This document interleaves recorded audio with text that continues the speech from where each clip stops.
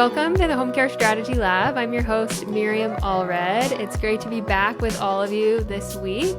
Today in the lab, I'm joined by Reggie Mackey, the president of Live Well Home Care, headquartered in Fort Worth, Texas. For those of you that don't know Reggie, you are in for a treat. I got acquainted with him just a couple of weeks ago. Shout out to Amber Monroe for the personal introduction. She told me a couple of stats. I was like, I have to meet this guy and I have to meet this team. And so we're both here in Fort Worth. So I had the opportunity to go and sit with their office and pick their brains and unpack just an unheard of story, I think, in home care. And I thought, wow, I'm dying to tell the industry about this guy and about this story. So just a couple of quick stats before we get into your story, Reggie. You are just 31 years old and you have built this home care business in just 2.5 years, and you guys are on track to do, I think, about 25 million in revenue this year. Yes, ma'am. All organic growth, profitable since the beginning, Right. and about 98% VA funded. And you're already in 30 states. And I'll just say it again, that's basically unheard of. And that's why I had to go see for myself what you guys were up to and what secret sauce was brewing in that office, because again, this is just phenomenal. So, Reggie, I am so excited for this conversation. Tell everyone a little bit about your personal background and who you are, and then we'll get into this business and what you're up to today and how things are running. Yes, ma'am. Well, first off, thank you for inviting me. I feel honored and privileged. Definitely, I am punching up being on this podcast. So thank you so much for allowing me to be on. I promise everything that we are doing in terms of the growth is all legal. I promise. I promise. But no, I grew up in Hobbs, New Mexico, which is a small little town there in the eastern portion of New Mexico. Yeah, yeah, representing us Shout New out Mexico natives. You know what I all mean? New There's Mexicans. not there's not a lot of us running around that we run into. So anytime I get a chance to shout out the land of enchantment, I do. Met my wife early on in life, and she's from the western part of the state in Deming, and we ended up kind of settling there in the Las Cruces area for quite some time, and started my career in kind of home care, home health in a little town north of Las Cruces called TRC, and worked in assisted living facility and skilled nursing, home health, and hospice, and had an opportunity to get a call from a really good boss and mentor of mine by the name of Eric, and moved out to Midland, Odessa area, and that's kind of where I started my official home care journey. And through a couple of years, had an opportunity to promote, and they were either smart enough or dumb enough to promote me. I don't know which one it is yet, but it worked out. And, I had the honor and privilege of eventually getting promoted to becoming a VP. And then about 3 years ago, got the wild hair to say, hey, I think I might want to, take this journey out on my own. And, lo and behold, thanks to God and a lot of great people, we're here today. So. What a great story. And shout out to all the New Mexicans, because you're Yeah, right, there are not enough of us. And not a so lot of us. Yeah, we you and I gotta both being stand from up. there is amazing.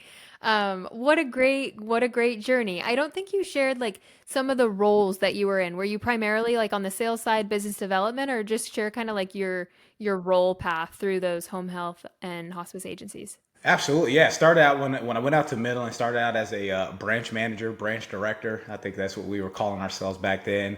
And had an opportunity to really, again, with a lot of great people, grow that branch pretty quickly. Soon thereafter, quickly kind of expanded to San Angelo area, and I think had a chance to show them enough that I was growth focused enough, and probably too growth focused. But it ended up working out. I had an opportunity to promote to become a regional director. Moved out to Austin at that time, and then that's really where our expansion kind of started to explode. And again, the company I was working for, Accent Care at that time, and we really began to kind of start our PCS growth and throughout the state, and once that we got to a certain amount of locations, we had a chance to become the area vice president for the state of Texas, and we continued to grow, and like I said, after a while had that itch, and said, all right, maybe it's time. So. Let's talk about that itch because it is one thing to work at a very large, well established company and be successful with a lot of resources and support.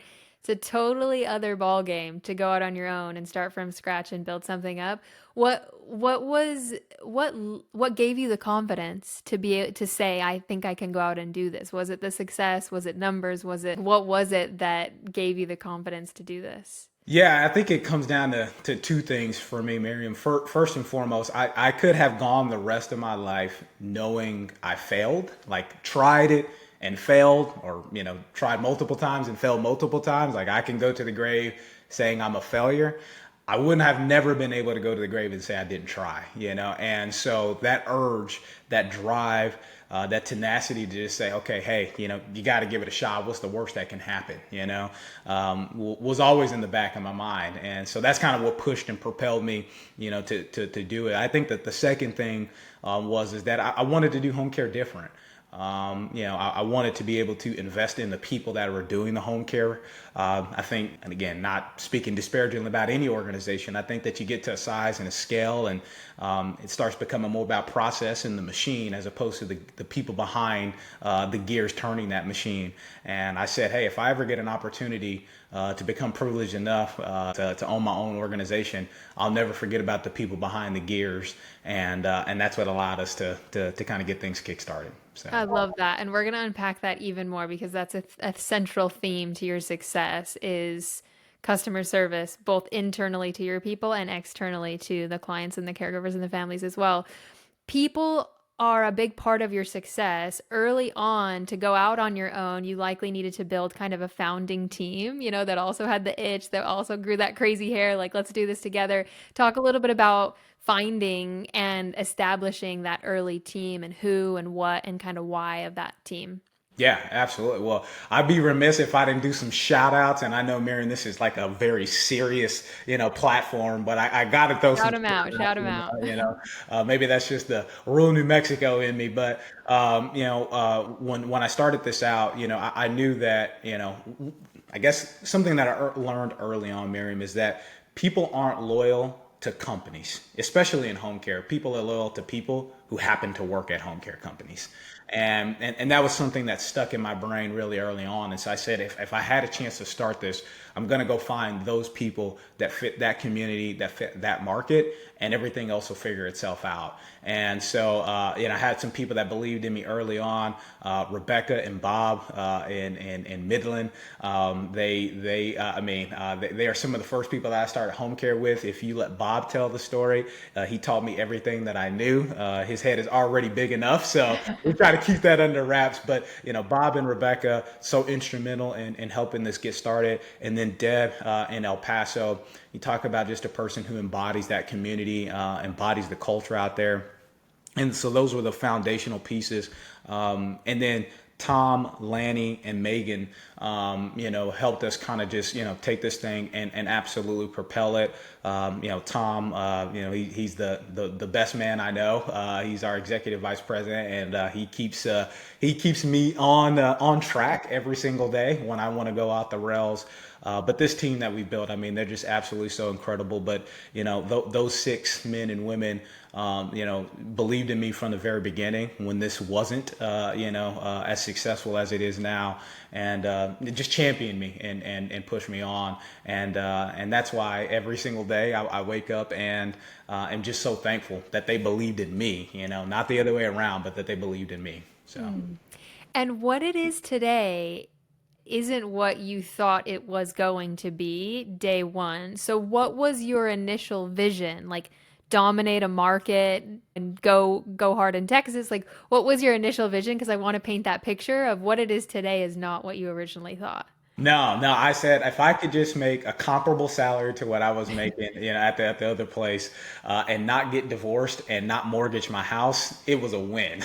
You know what I mean? Low Like bar. I did not have visions of grandeur in my head. If you would have told me that it became this, I probably wouldn't have believed you anyway. So to be honest with you, it was just that. Hey, I just wanted to make a decent living. I wanted to be able to do home care differently, and not have my bags in the front of the house when I came home. So let's talk about what the very beginning looked like. Did you hire did you hire Tom and Megan day one, or did you personally go out and get a couple of clients and caregivers to like start the journey on your own and then bring them in, or what were those like first few months? How scrappy were they, and who was on board, and who kind of got brought in those early days? Yeah, exactly. Yeah, we definitely couldn't afford anybody's salary, let alone my own. And so we were all working for free, and started out with Bob and Rebecca and Deb. And I just remember just lots of long nights and lots of weekends and just promising that, hey, guys, in the event that this thing ever becomes profitable, I promise I'll pay you back.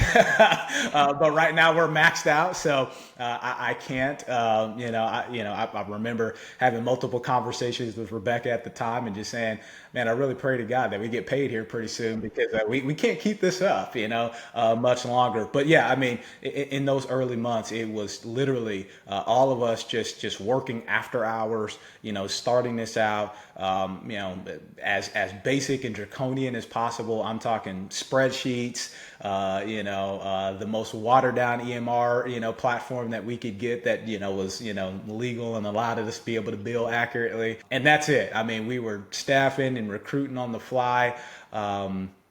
And then, quickly afterwards, thankfully, it started rolling and there wasn't as much pressure, after a while. So. Yeah, so unpack that a little bit more. You started the first off, the headquarters is in Fort Worth. Is that the market that you started in?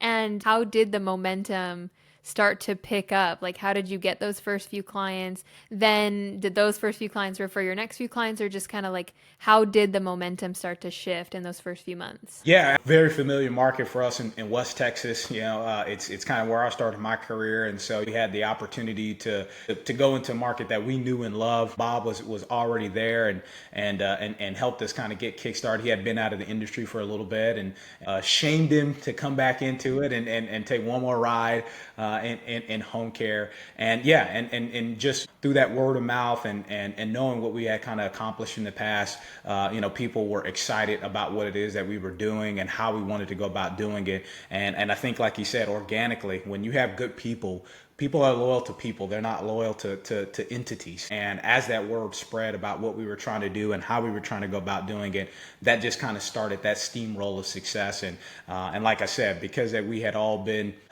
fairly intertwined into that Midland, San Angelo, El Paso market, it just made the most sense. We knew the community, we knew the people, we knew the business, and it really kickstarted things there. And was the focus VA from day one? Did you all have your sights set on being fully focused on VA, or did that thinking evolve as well?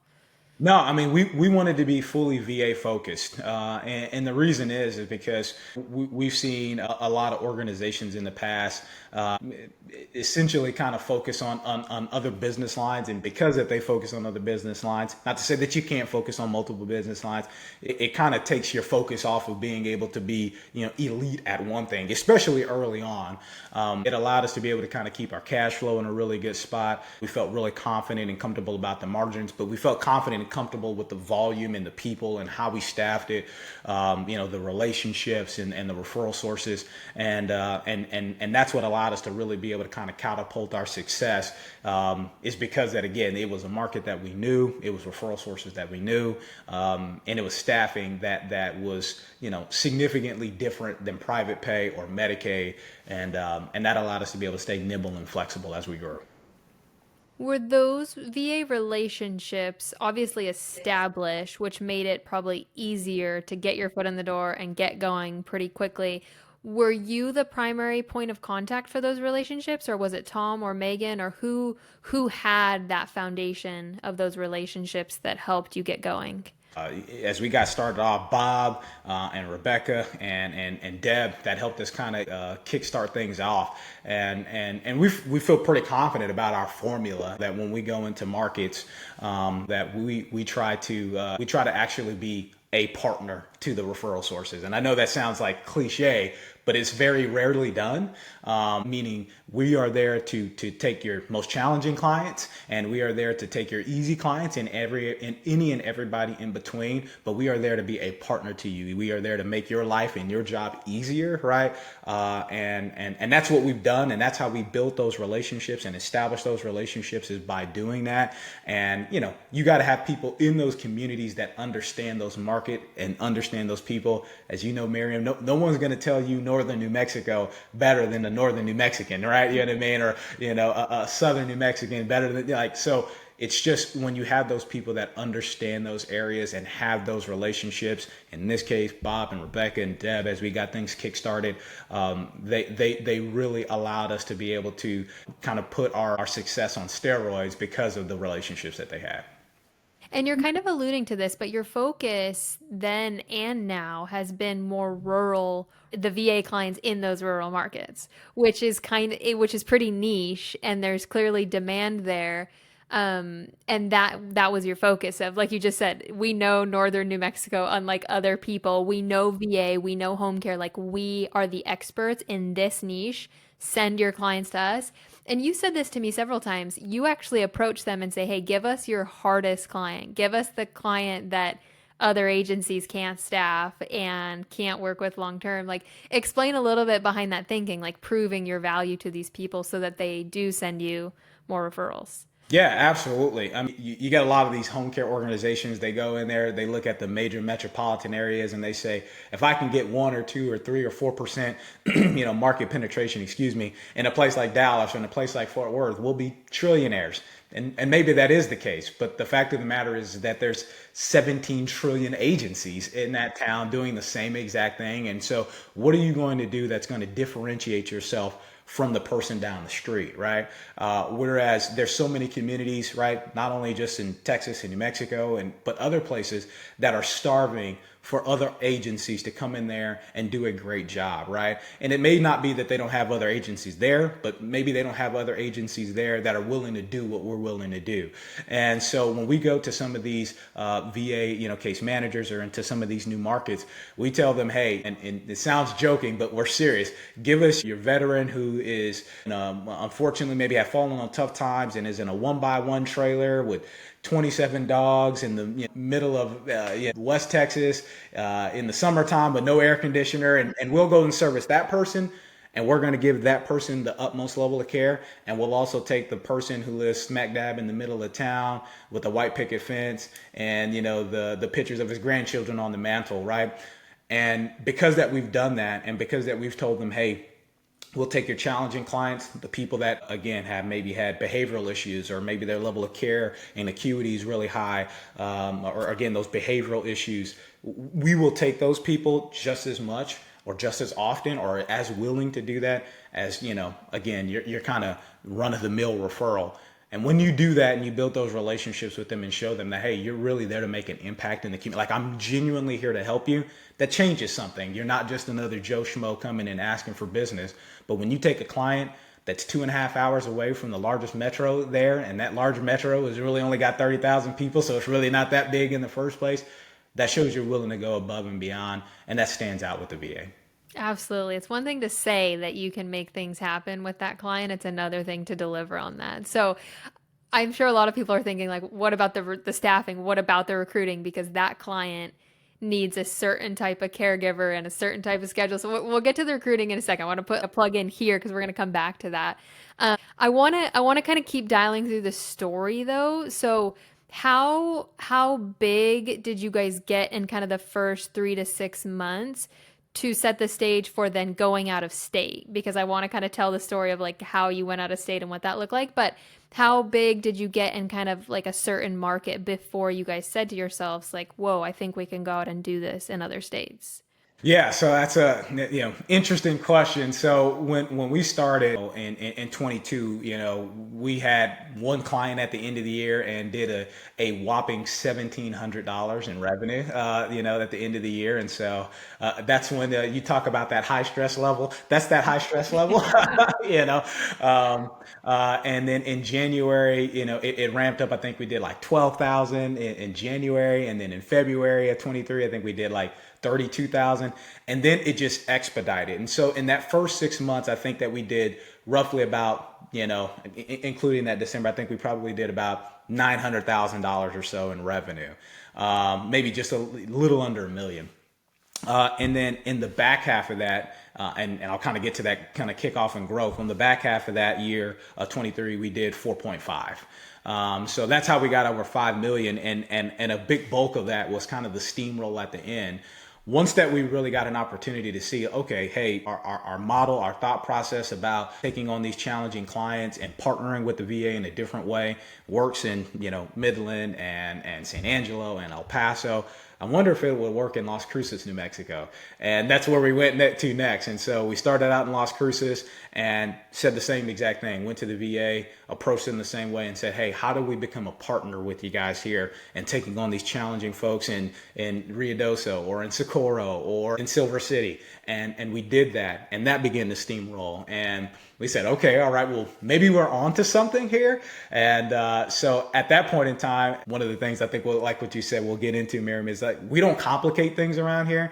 We don't have 75 meetings to have 75 meetings to have 75 meetings about what we're going to do. It's just if we can do it and if it's feasible, we're going to do it. And so we said, okay, well, where can we go to where we think that we can, run an efficient business and there's a need. And we were talking to Megan at the time, and if you ever let Megan get going, my God, she'd have us in overseas, and technically does now, But so she said, hey, I've been calling around, and Alaska has a big need. And so we said, you're kidding. We jumped on a flight, literally went up to the Anchorage, met with the Anchorage VA. They were so kind to us to allow us to be able to come there. And we wanted to get a sense of the community. Like if we were going to do business here, we wanted to understand, like, what are we asking our branch managers to do? What are we asking our field staff to do? And so we drove from Anchorage to Fairbanks to Tok and Kenai, Alaska, and literally drove the whole state. Well, we didn't drive all of it. It's too big to drive in the week, but we tried to do our best. A lot of sleeplessness, on that trip. But that's what allowed us to be able to grow and expand is we went into Alaska, we went into Montana, we went into these rural areas where they need the help. And that's what allowed us to be able to catapult towards the back end of that year. And then we just continued that same formula, Idaho, West Virginia, some of these other places that we've been able to kind of grow and expand. I can't even comprehend this, honestly. So you dominate Texas and then you're like, okay, let's go next door to New Mexico. We've got the model. We've ironed out the kinks. The VA knows us. They trust us. Let's go duplicate in New Mexico. And then Megan's over here I'm just going to call the VA in all these rural states and see what they tell me. And then you guys are literally let's just go to Alaska. Why? Let's not mess around. Let's just get up there. And then again, you just proved yourselves to the VA. You built that relationship. You took their hard clients. You proved yourself. And then it was just wash, rinse, repeat in all of these rural markets. What were some of the initial surprises? Was Alaska very different than Texas and New Mexico? Were there things that surprised you, or was it surprisingly similar? Was it oh, it's a lot of similarities, that's why we can do this? Or what were the surprises in those early moments? Yeah, I think that the surprise is the similarity, right? That, you go into some of these markets, and what we kind of found out, and again, never wanting to speak disparagingly about other people, is that, you go into some of these places and there are businesses that have won there and that have done well there, not because that maybe they're necessarily hungry anymore to help, but because that they exist. And we said, okay, well, yes, we will take anybody, in your major metro, but we're willing to go outside of that. And we were shocked at how little they had ever heard that. And I think that was the surprising thing is why is no one really wanting to go above and beyond? I don't care what anybody has to say, Miriam. All of these healthcare companies, they're doing extremely well for themselves. You know what I mean? And so what are you doing that you can't get out there? Because everybody sees the same, bill rate, everybody sees the same margin. And if we can do it, then I'm sure some of these larger organizations, or not even larger, smaller organizations, it doesn't matter. Why are you guys not trying to go above and beyond?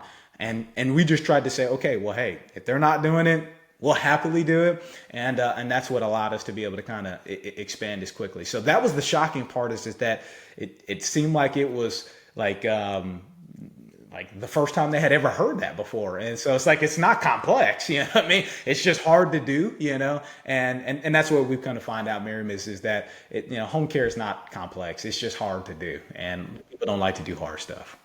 Yeah, so interesting. Let's talk a little bit about like your business model, because now you're to the size where you have a corporatized headquarters that owns a lot of the daily roles and responsibilities, but you're in 30 states, so you have to have people in all 30 of these states. So explain what ownership there is at corporate, and then who you have out in these states and what their roles are out in those states. Yeah, so we typically have only branch managers and field supervisors in our brick and mortar locations now. And we wanted to kind of scale back down the responsibilities of our branch leaders to really being able to kind of focus on that customer service experience. And we say customer service starts with our employees first, and then our clients. So it's 1A and 1B. But you can't talk about great customer service to clients and patient outcomes and all that stuff if you treat your employees like trash. So, that customer service starts with our caregivers and our people in the back office first. So we want our branch managers focusing on that, making sure that, again, our caregivers have the support and everything that they need, as well as our field supervisor staff. So they're focusing on the compliance, back office operations, that customer service experience. And then what we've done is recently is centralized a lot of the hard stuff. So the staffing and the recruiting piece, which we know takes up a majority of the time for any home care agency, but it's the bread and butter. And so because that we've centralized it and we can kind of control it a little bit better, it has allowed us to be able to kind of expand and grow because, hey, instead of having one staffer focused on one office as it scales, I can have that one staffer focusing on 3 or 4 offices as they scale. And so it's allowed us to be able to stay invested in people. That's the thing for us, Miriam. We're not a tech company. We are in the people business. I have firmly committed in being in the people business. I know technology's coming for us all, but I am staying in the people lane. You just have to do it smarter. And so that was our way of betting on people and trying to do it smarter, is having it more centralized, taking some of those back office operations. And that allows us to be able to have the people on the ground focus on the things that matter the most, and we can kind of control that cost a little bit better. So what I think is interesting is the way that you've positioned this branch manager. They are not doing the scheduling, the billing, the recruiting. They're not doing any of that. If I understand right, they're like FaceTime. They are with the clients, Correct. FaceTime. They are with the employees, giving FaceTime, supporting. Like their full focus is just making sure the people are happy and successful and thriving, right? I think that's so interesting because there's other models out there. Like there's no one right way to do this, but there's other models out there where that branch manager is scheduling and recruiting and staffing. Like they're doing all of it because they know the people, but you've kind of flipped that script a little bit of no, they are exclusively focused on FaceTime and support and being with the people, and then offload all of those responsibilities. My question is, who are these branch managers? Do they have home care experience? Did you kind of poach them from other businesses? How did you find them? Like who are these branch managers and how have you found them? Yeah. So, the reason why we done it that way is because we really wanted to make sure that we kind of tried to reduce the burnout. I tell people all the time, Miriam, I've been a branch manager longer than I've been the president. So I resonate more with the branch manager than I do any C-suite guy or gals. I'm not a suit, you know what I mean? So I feel more comfortable in the branch than I do in a boardroom. But the one thing that anybody who's ever sit in the staffing seat can tell you is that the quickest road to burnout is through recruiting and staffing. It just takes a chunk of flesh off of you. And if you are doing it at a high level and your branch is growing, it is all consuming. And so some of those things that are important to the community, to your clients and to your caregivers gets pushed to the wayside, which is that customer service, because you're so focused on just the recruiting and the staffing piece of things. So what we've done is we have just tried to find really good people, and that's from any industry, right? We tried to be just like home care specific and kind of your classic, do they fit the checkbox? But what we found out is that, we are asking people to come in here and be customer service agents, essentially, meaning like this is your role and responsibility is to be a good advocate to our referral sources, to be a good advocate to our employees, and be a good advocate to our clients, right? If you can do those things, we can teach you anything else. But I can't teach you how to be a great people person. And so that's really been our strategy, and we've had a ton of success with that. That if you've got a good pain tolerance, we say, a pain threshold, and you can roll with the punches, you'll be successful here. Because you all are focused on VA and that's a specific angle in and of itself, have you found branch managers that have a connection to the VA, have like a personal connection to veterans of any sort, or not necessarily? Yeah, we have. We've had some branch managers, still have a few. Our branch manager in Midland, a veteran of 10 years as well, too. So shout out to Danielle there in Midland. And so we have seen that. People who have served and are passionate or have members in their family who have served. And I think I think it does a little bit something different when it comes to taking care of somebody who have served this country. It's a little extra motivation that that they've given so much. So hey, why can't you go that extra mile? And so I think that everybody in our organization shares that same value. That hey, listen, again, every client is important, whether it's VA, Medicaid, private pay. Everybody deserves the same amount of attention. But yeah, when you get that veteran on the line, it's like, okay, hey, let's go. We got to pick it up. This is someone who deserves this care. Yeah, I completely agree. There's just that like special connection that their heart may be in it in a different way if they have that personal connection. I'm curious how you structure compensation for those branch managers because it's oftentimes easy to structure compensation when they're held accountable to scheduling and sales and growth. Like those are very easily to tie to revenue, but these branch managers are very focused on experience, like delivering customer service and delivering an exceptional experience. So, can you just explain, are they salary? Is there commission? How do you bonus them? And then how do you keep them focused on growth as well? Yeah, so for us, we bonus out our branch managers monthly. They are salary, so all of our branch managers salary positions. But we wanted to make it not all just financially based. So they don't have all financial goals. They actually have 4 different categories. 2 of them are financial, 2 of them are more customer service experiences, right? So how are your clients experiencing you and how are your caregivers experiencing you? And then we kind of have a toggle, which is the 5th one, that's compliance, right? As you all know, I mean, if you don't run a compliant business, you won't have a business very long. So, but we really tried to incentivize them that, hey, listen, it's not a all or nothing, meaning, hey, you can miss some of your financial goals, but if you're doing a really good job at taking care of the people, you should still be rewarded for that. The other thing that we wanted to do is, I know a lot of organizations, sometimes it can be a quarterly bonus. I've worked in that world where it's supposed to be a quarterly bonus and you're happy if you get one of them, you know what I mean? Because it takes so long for you to get the payout.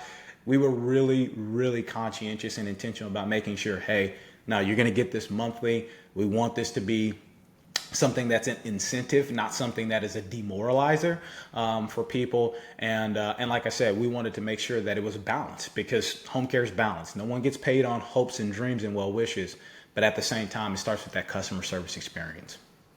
Amazing. I think that's just so incredible that approach to these people and to these branch managers. You all are big on partners, and clearly the VA and those relationships has taken a lot of time to build and to build in so many different states. Another key part of this is the credentialing and the billing and the finances. And in order to scale this quickly, I even asked you how do you manage the finances and the credentialing and how do you break into these states and get them up so quickly? Like, getting into 30 states in 2 years, there are people that are waiting on credentialing for months. So it's like, how did you all do that and bringing a lot of this to life in so many states? Yeah, I tell people all the time, I probably never would have taken this step had I never had a chance to speak to Max at Paradigm. So shout out to those Paradigm guys and gals over there. You guys are awesome.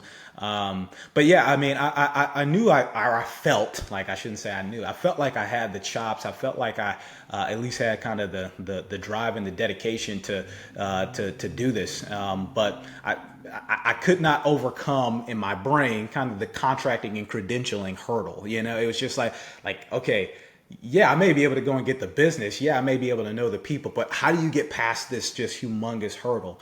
And so when I spoke to those guys over there, and I sat down with Max, and he's like, "Oh yeah, we can absolutely get your credential." I said, "Hold on, wait, what? Hold on, time out, man. Hold on." I said, "What? You can do what now, man?" Like, he's like, "Yeah, we can get your credential." I said, "Okay, so yeah, sure, it's gonna take you what, like 7 years to get this done, essentially." I mean, I'm being a little hyperbolic, but like, how long is this gonna take? He's like, "Yeah, man, we can probably get it done a couple weeks, a month." I said, "A couple weeks, a month?" And so when he told me that, I mean, you want to talk about the entire trajectory of my life change, really, because I said, okay, all right, Reggie, you can figure out the rest of this stuff. You know this business. If I can just get this part of it done, I feel confident that I can do that. And so literally they helped us get through that contracting and credentialing phase. And I was able to kind of go through the licensure piece. And literally from that first moment that I had a conversation with him, I think it was, September, August, in November, we were done and ready to go. In December, we were taking our first client. And so, like in that little short amount of time, just partnering with him, helped us continue to grow. And as we kind of got an opportunity to get more engaged with the VA system and kind of understanding the contracting and credentialing phase, we just sat back and said, okay, hey, can we pour gasoline on this fire and just keep it going? And Megan and her tenacity and the sales team really just pushing these areas and going in there and saying, hey, we've identified a need here. What do we have to do to get this across the finish line? And that tenacity and that pace and that push really helped kind of catapult and propel us to getting those contracts completed in a much more timely manner. So, but yeah, definitely wouldn't have started without that first contract from Paradigm. And has the success been the same in most states where we're talking several weeks to a couple of months to get credentialed and stood up in all of these states? Or has that not been the case in certain states? Not all of them. I would say there have been a few, unfortunately, that have taken a little bit longer, particularly those ones that are licensed, right? Just because there's an extra hurdle, of getting through that piece of things. The unlicensed states, again, significantly less complicated to kind of get into. But the one thing that I can tell you that really helps is when you go in there and you kind of make that partnership, with the VA, it really helps those things move along quickly. Again, they have a ton of people helping in those, metropolitan inner city areas, right? But where they need those helps and where they can, kind of help push things along a little bit is in those rural areas. And that's where we really tried to kind of go to bat. And that's what I think has personally allowed us to be able to get things done a little bit quicker, is our willingness to go into some of those places that are underserved. And the other factor that we haven't talked about that you're absolutely thinking about is margin. The VA is not held equal in every single state. So you're looking at rural markets that need service, but then probably second to that, or maybe even before that, is margin, right? The team is looking at the margin of all these states, and you're going to go after the states that make the most financial sense that also have the rural markets. Is that right? What we did, Miriam, is literally took a spreadsheet, a document, and said, okay, let's look at margin, and then let's look. Well, first off, we looked at what's unlicensed, because that was going to be the least Fastest. barrier of entry to be able to enter. And then we looked at margin, and then we literally just attacked it that way, because we felt confident, even if it wasn't the greatest margin state, if we can get the volume and we can be a benefit to the community, we'll still do well there. And we've done well in some areas, and like, for example, in Vermont and New Hampshire, that don't have the same, margin, as a place like Texas and New Mexico. But the need is still there, right? And so it's just taking the same business strategy. Do you have to make a few adjustments? Sure. You have to be a little bit more cognizant and aware of what it is that you're spending there? Sure. But the work is still the same, and the impact is still the same. And so I think that's what's allowed us to be as successful in a state that doesn't have the same margin, as well as the ones that do, and maybe even much more so, because I think that listen, Miriam, it's not a secret. They post the rates, right? You know what I mean? Everybody knows the same, the same states, and everybody's flocking in to do that. And so we said, okay, well, hey, while everybody's flocking in to do that, sure. Does it make sense for us to try to go there and try to win in those markets as well too? Absolutely. But these forgotten markets, right? They still have people there that need the help and need the service. And as long as we feel like we can get enough volume there, we're going to go and try to win there too. And I just want to repeat all organic growth, no acquisition. You guys attacked each of these markets completely organically and profitably. You haven't taken a dime No, from no debt, anyone, correct? no debt in the business. No debt in the business. No. No debt in the business, all profitable.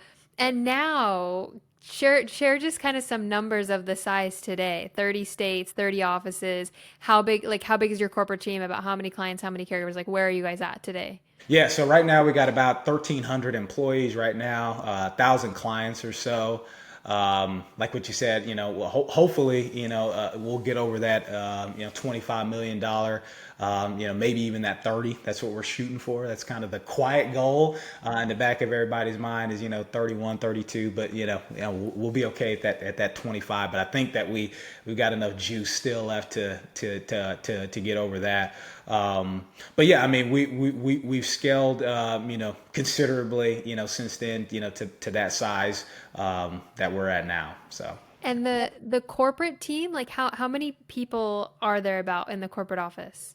Yeah, so because that we do a lot of our staffing and recruiting from our Staffwell entity, it's probably about 9 or 10 folks kind of doing that right now. But in terms of our executive leadership team, we probably have about 8 or 9 of us in there now. So managing a lot with a pretty lean team. Yeah.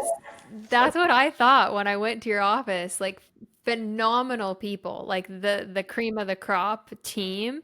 Surprisingly lean is kind of what I thought. Like, wait, there's definitely room for more, but your philosophy is like, let's not overcomplicate it. Like, let's keep it simple. Let's keep it lean, like very intentionally, which leads me to where I kind of want to take this next part of the conversation is like, you believe home care is boiled down to 3 core functions: recruiting, staffing, and customer service. Like you explained this to me, like there's a lot of businesses out there, there's a lot of business models, there's a lot of great people in home care, but we're like overcomplicating it. And a big part of your success the last 2.5 years has been keeping it simple, focusing and mastering like these 3 areas of the business. So I want to ask a couple of questions about each because I'm curious about like your philosophy around these things. So let's start with recruitment. Recruiting is a beast in home care. We all know that, but you aren't just recruiting in like mass metros where there is a lot of supply.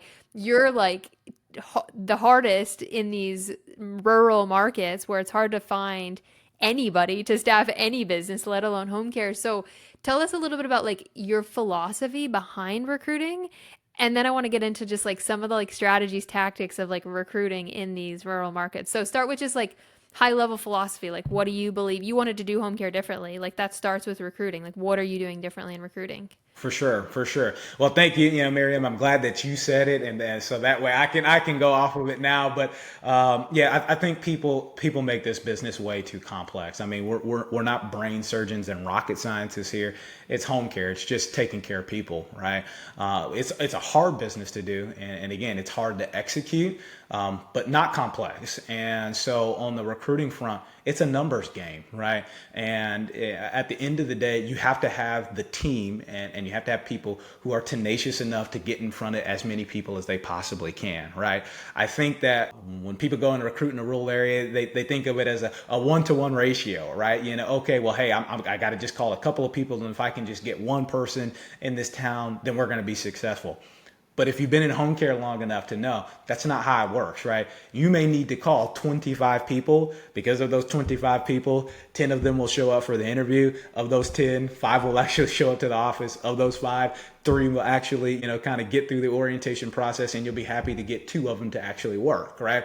And so if you go into it with that mindset and understanding that it is a volume game, it is a number game, and that's kind of ugly underbelly of home care, Miriam, is like people don't like to hear that, but it's a numbers game when it comes to that. And this fact that you have to get in front of as many people as you possibly can. That's the first thing. The second thing is that in a lot of these, in a lot of these markets, we have just gone there and said, hey, we're going to try to be one of the higher paying people in this market, right? Even if that means that it affects our margin for a little bit, right? We feel confident and comfortable enough to say that we'll try to make that up a volume if we can. And in some of these places, right, when you have to understand in home care, you're not competing with just the home care agency. You're competing with Walmart, you're competing with Subway, you're competing with Target, right? And most times those guys got better benefits and are dealing with less stress, right, than what we're doing. So you have to compensate them. You have to give people something to come and work for, right? They don't know who you are yet, so you can't sell them your culture yet until they get a chance to see it and experience it. But you can try to give them some additional compensation. And so that's what we've tried to go and do is say, hey, if you want to be in healthcare, if you want to make an impact into people's lives, but by God, we got a place for you, and we're going to try to be one of the the higher paying folks. And that's what we've been able to do. And just some of your good old fashioned incentive based stuff when it comes to recruiting. And that's what's allowed us to be able to be successful when it comes to the recruiting piece of things. It's good to hear you say this because it's a lot of just like foundational principles, but that you have done really well and it works, you know?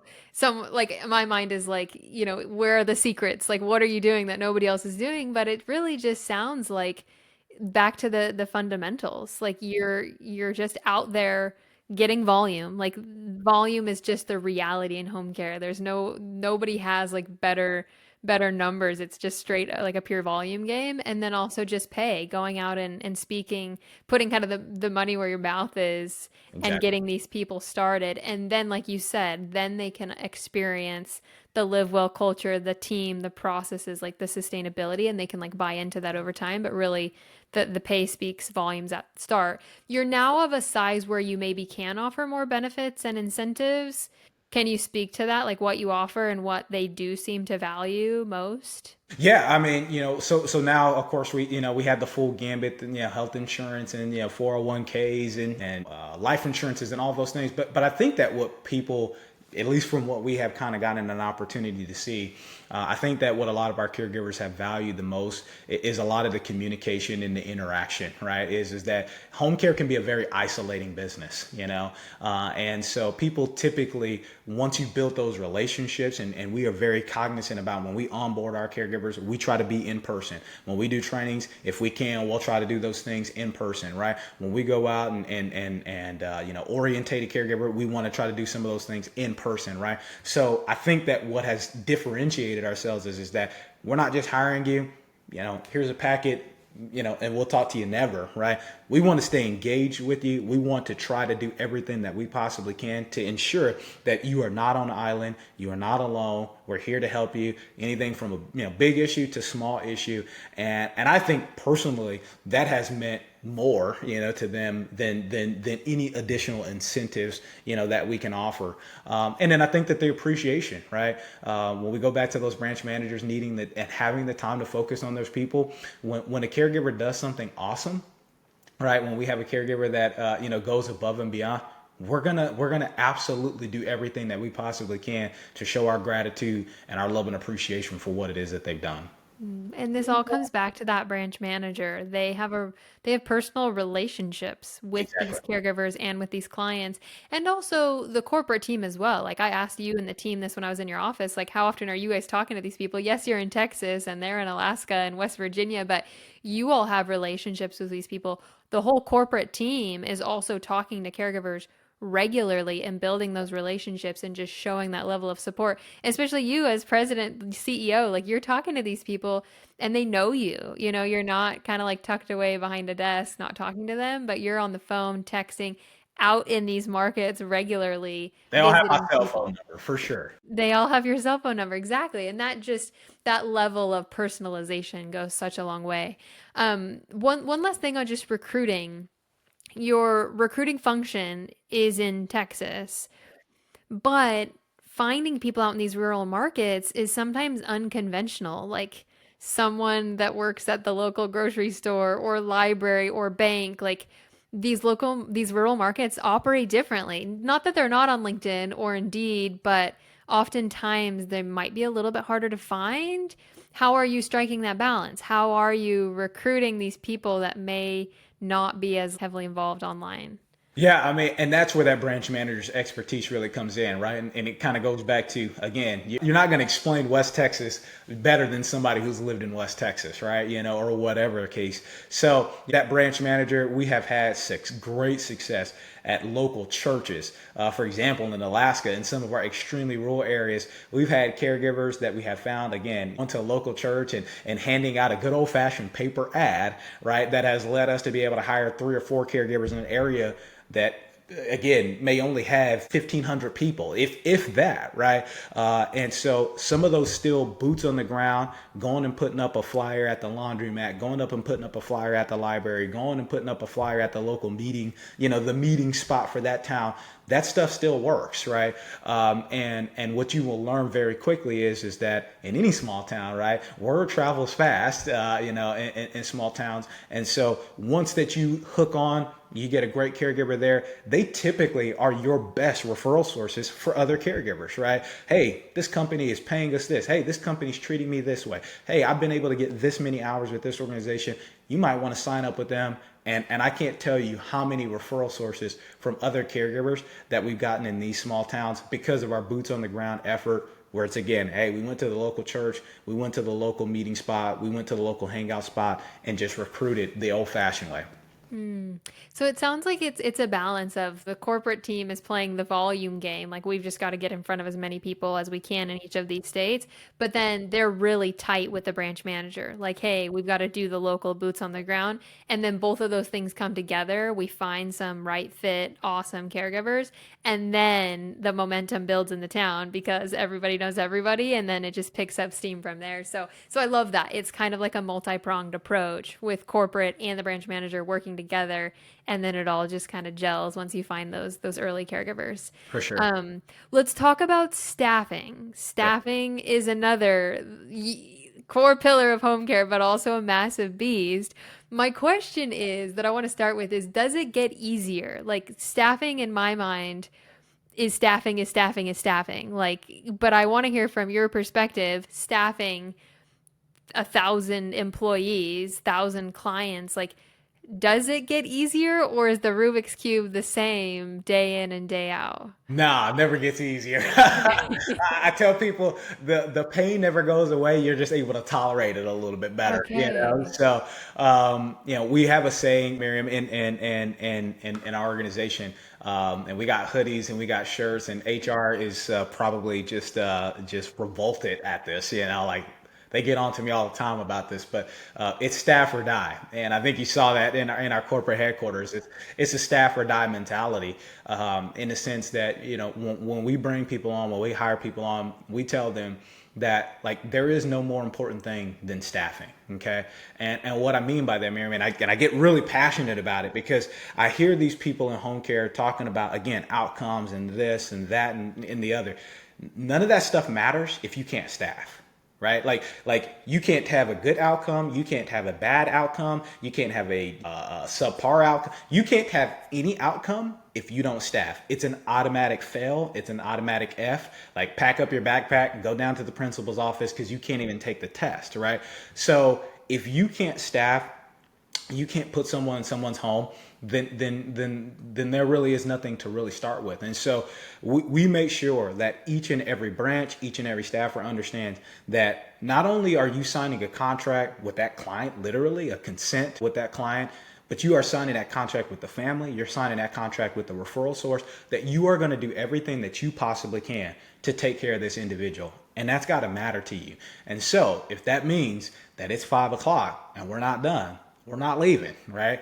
That means if it's 6 o'clock and we're not done, we're not leaving, right? There's a Whataburger right across the street. What do you guys want?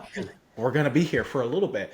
And that's the mindset and the mentality that I think that separates good agencies from great agencies is that you got to know and understand that we're not walking out of here until that we get this done, because it's not a dollar on the end of the phone.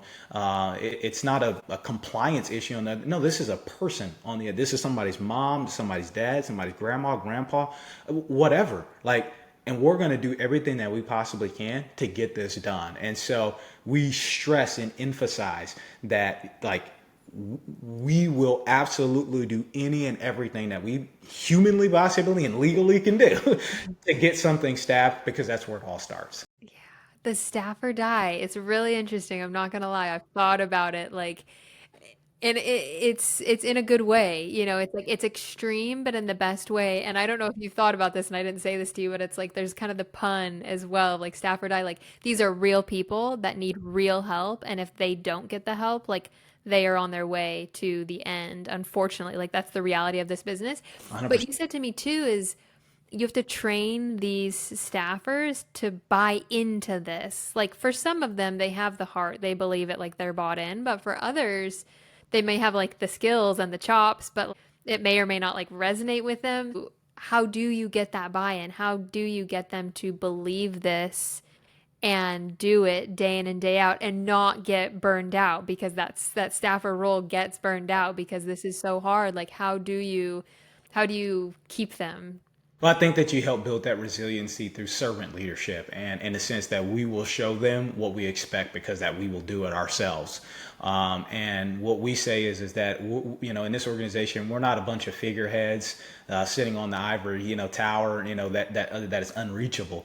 Meaning that if we have an issue going on, I would expect everybody on my executive leadership team to jump on a plane, get on a phone call, get in front of a computer, and help do what it is that we have to do. And we have and will continue to do that if that's what it is that's required. And so when I think that maybe someone who's coming into an entry level staffing role, or maybe even a mid-tier staffing role, and they see that director or that VP sitting there with them at 6 and 7 and 8 o'clock at night, if that's what it is that requires, or coming in early with them to get a jump start on the day, it's one of those things. It's not they're just telling me to do this. No, this is just the expectation, and they take this seriously. And I think that again, when you have that type of leadership being exemplified to you, it's contagious. And then I think it just becomes the standard. And I think that that's where we're at now. It's just, that's the standard. No one's pushing this on you. No, this is just when you walk into this office, right? The expectation is that none of us are leaving. We all have to share in the pain until that we get this done, because of the importance of the person on the other end of that phone. So. And that stood out to me while I was in your office a couple of weeks ago, is how close your executive team is in the weeds, in the day to day. Like we talked earlier, like your team is lean, but maybe your executive team is like larger than some might think, but it's because they're not just leading, they are doing. They are still in it as much as everybody else, and they're supporting everybody as if they're doing it, and they are doing it themselves, which I think is really neat, because sometimes it's easy for a corporate team and executive team to get removed from the day to day, but your team is as in it as they've ever been, and Right. that's intentional, like We're staying all close working to managers. We're all working working managers. managers. All working managers forever. Which is amazing, and I really think how it should be, staying in, doing the work, contributing and managing at the same time. um let's move on to customer service, because that's kind of this third pillar, and we've talked a little bit about it kind of throughout this conversation, but you believe that it starts internally. Like you're talking about servant leadership, we're talking about this executive team. You are providing customer service to your own team. Let's start with you personally. Like you embody this. Like you spend time with your team, you spend time out with the branch managers. Like how are you personally delivering this customer service that is then the expectation for others? So, Miriam, the funnest part of this job for me is people, and I absolutely love it. You know, I, I probably shouldn't say it. I don't know. Maybe some people will judge me as they're listening to this. I didn't get into home care for client care. I got into home care because I love the people who were doing the care. And I know that that's maybe a different way, but I wanted to take care of the people who were doing it because I saw that they were so passionate. They loved what it is that they were doing. They were making such a genuine impact. And I knew if I ever had the chance, again, going back to the beginning, that I would just try to do everything I could to protect them and take care of those folks and just really champion it. And so for me, I tell people that the customer service experience doesn't start with me sitting back in and pounding my fist and sending out a nicely written memo on a letterhead talking about outcomes. People in our situations, executives and folks who have gotten a chance to scale their organization, you get to a point in this size where your interaction with clients becomes essentially zero, right? Very minimal to zero, right? And so to sit back and talk about patient care and taking care of a client that you probably never will come in contact. I mean, let's just be honest, right? I mean, I may not meet every single client that we have in Idaho today, right? But I will know my branch manager in Idaho. I will get a chance to speak to him on a weekly basis. I will get a chance to speak to my branch managers in Montana. And so I'll see their ups, I'll see their downs, I'll learn about their family, I'll learn about their likes. And so if I can't take care of that person, if I can't take care of the person, in our executive leadership team or in our executive office, how can I talk about taking care of a patient who I will never see and never come in contact with, but then treat the person that I interact with on a day-to-day like nothing? Just makes 0% sense to me. So we say in LiveWell that the customer service experience starts with us providing it to our own people. And we believe that trickles down to the next person, that if I do a great job of taking care of my executive leadership team, that they have no reason and no choice but to do the same thing. And eventually that's going to get down to our caregivers and to our patients. But it starts with showing that and exemplifying that to other people. And that's the biggest, and I mean the absolute biggest core principle for us in our organization is that we're going to take care of people who take care of people, which is our mission statement. We are taking care of people who take care of people. I love this so much. And I love your honesty and transparency here as well. A lot of home care leaders get into it because they have a heart for the seniors. Not that you don't. But I actually really like this spin on it is you love and care for the people taking care of the people. That just like hits deep, like we all and everyone grows in their love and understanding for the clients and the caregivers. But I love that your pull is towards like your leadership team, to your office team, to the caregivers, taking care of the people. And your job as the leader is to set that example of taking care of the people that take care of the people. I love that so much. And that's such a good thing for everyone listening to this to think about, of just your genuine care and concern and how you embody taking care of the people that take care of the people. I want to just in our last couple minutes here, you've shared a couple of your like philosophies and mentalities at Livewell, and there's just a couple more that I want to talk about. Like staff or die was one of them. People taking care of people is another one of them. Another one that stood out to me that you shared with me is like new team, old school methods. Like we haven't talked a lot about technology. We don't have to go down this path, but you are approaching things like kind of basically and fundamentally, and you're not complicating things.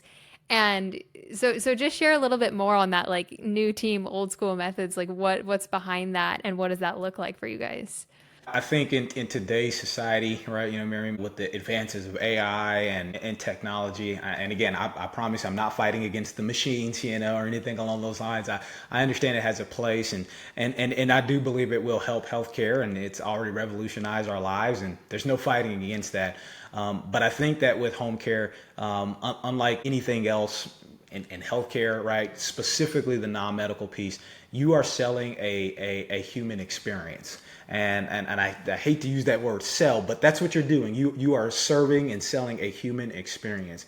And I think that there is no way to provide that except for with a human, right? And so we want it to be the organization that sits back and it says that we are going to lean into doing it the old school way, meaning we are going to do it with people first. Now, do we got to be responsible? Do we got to be careful? Do we got to make sure that we are efficient? Yes, all of those things. Do we understand that technology has a place and has a role? Absolutely. But there is no other way that I feel like you can be successful, particularly in the home care business, without a standard of people first. And so as we continue to grow and as we continue to evolve, it will always be around how it is that we continue to put people at the center and at the front of that. One more thing that resonated with me, that stood out to me while I was with you, is this: you said it, you and the office team, you're doing life together. You, Megan, Tom, everyone there, you're working together day in and day out. And we all spend so much time with our coworkers and our colleagues, but you said to me, like, you all as a team, you're doing live well together, like you're doing your work together, but more importantly, like you're doing life together, and you all have built this like unit of a team that are doing life together. And you shared some examples with me, like, one of them picking up your kids because you couldn't get there, or you traveling, like just paint that picture of like what that means to you as a leader to embody this mentality of like we're in it. We're doing this together. We lose together, we win together, we're doing life together.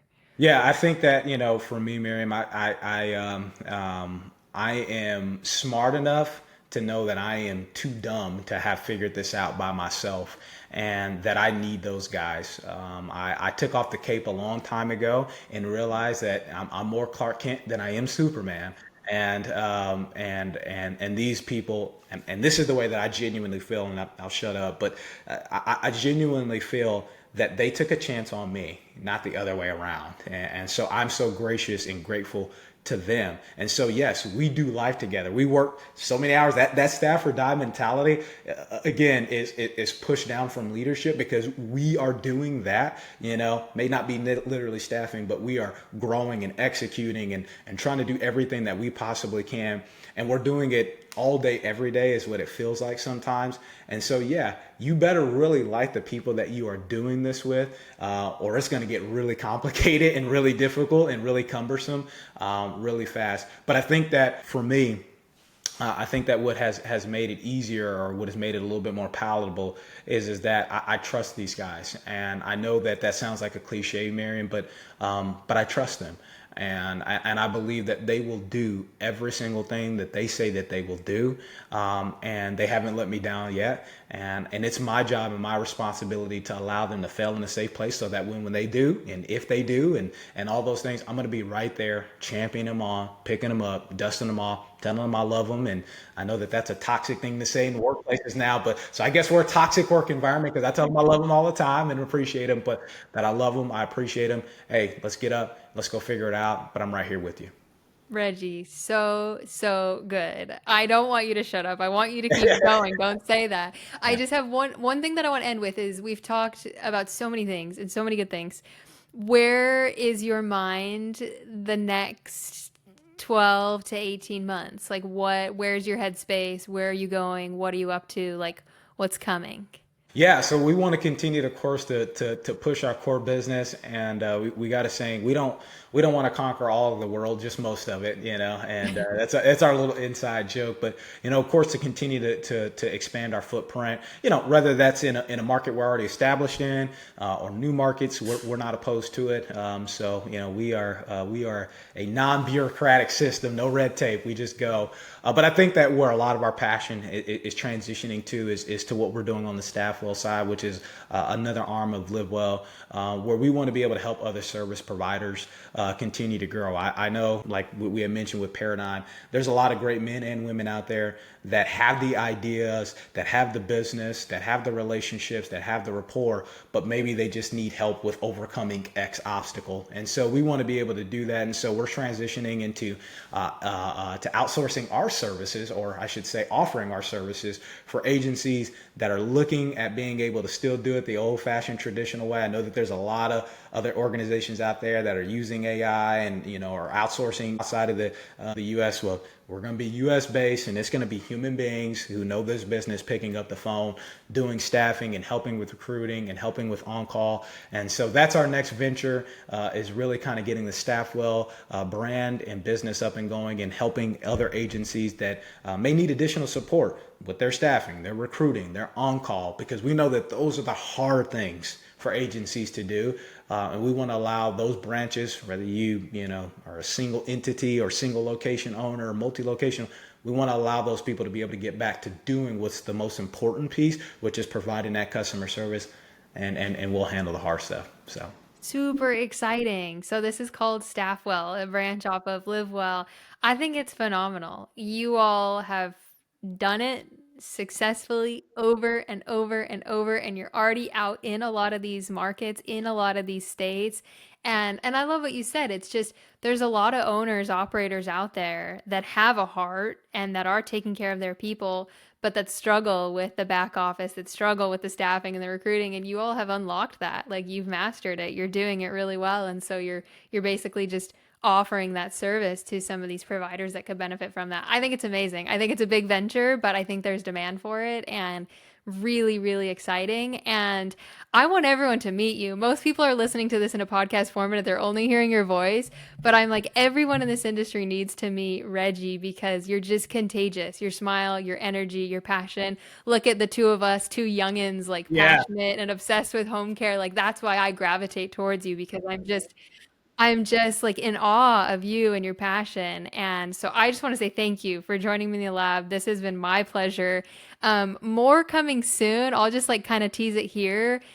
We haven't talked a lot about VA today, but that is your team's bread and butter. And so teasing it that I want to do a masterclass where I interview your whole team and we deep dive on VA best practices and how you all have unlocked those relationships and things. So more coming soon because I clearly can't get enough. But Reggie, thank you for joining me. This has Thank been you. phenomenal. Thank you so much. I appreciate it. And like I said, honored and privileged to be on. I know you had a ton of successful men and women on here. And so humbled to even be remotely considered to be on here. So thank you so much. The honor and privilege is mine. So. Absolutely. I'm throwing your hat in the ring with everybody else because you're in it. You're in it. So you and I will both be at HCAOA in Dallas this fall. Happy to introduce you to everyone, people that want a personal introduction to Reggie. Like I just, again, think the world of you and people can learn a lot from you. So reach out to us, connect with us on LinkedIn. Make sure you continue this conversation. Thank you so much.